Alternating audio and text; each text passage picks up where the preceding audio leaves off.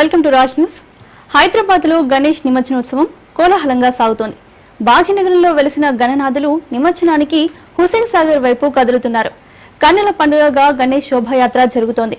చిన్న పెద్ద తేడా లేకుండా కేరింతలతో సందడి చేస్తున్నారు. గణేష్ నిమజ్జనానికి హుస్సేన్ సాగర్ దగ్గర భారీ ఏర్పాట్లు చేశారు అధికారులు.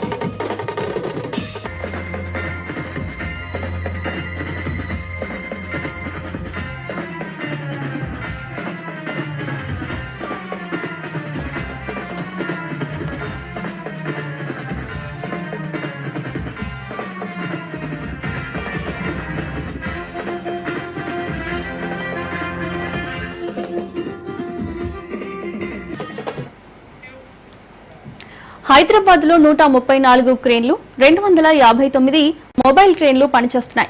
200 మంది గజ ఈతగాళ్లు, 13 కంట్రోల్ రూమ్లు ఏర్పాటు చేశారు. 20 చెరువులు, 72 కృత్రిమ కొలనుల్లో నిమజ్జనాలు జరుగుతున్నాయి. హుస్సేన్ సాగర్ లో 50,000 విగ్రహాలు నిమజ్జనం కానున్నాయి. 30,000 మంది పోలీసులు, 160 యాక్షన్ టీములు విధుల్లో నిమగ్నమై ఉన్నాయి.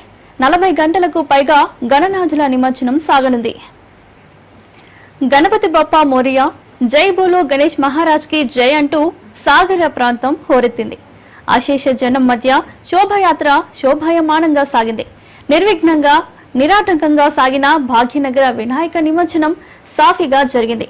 9 రోజుల పాటు పూజలు అందుకున్న గణపయ్య టాటా బై బై ఇక వీడ్కోలు అంటూ సాగరంలో మునిగాడు. వెళ్ళొస్తాను మళ్ళొస్తాను అంటూ గంగమ్మ చెంతకు చేరాడు. ట్యాంక్ బండ్ వినాయక నిమజ్జనాలతో సందడిగా మారింది. వివిధ రూపాల్లోని గణనాథులు వినాయక సాగర్ చెంతకు చేరుకున్నాయి. వినాయకులను చూసేందుకు భక్తజనం తండోపతండాలుగా తరలివచ్చారు. భక్తులతో సాగర్ రోడ్లు కిటకిటలాడాయి.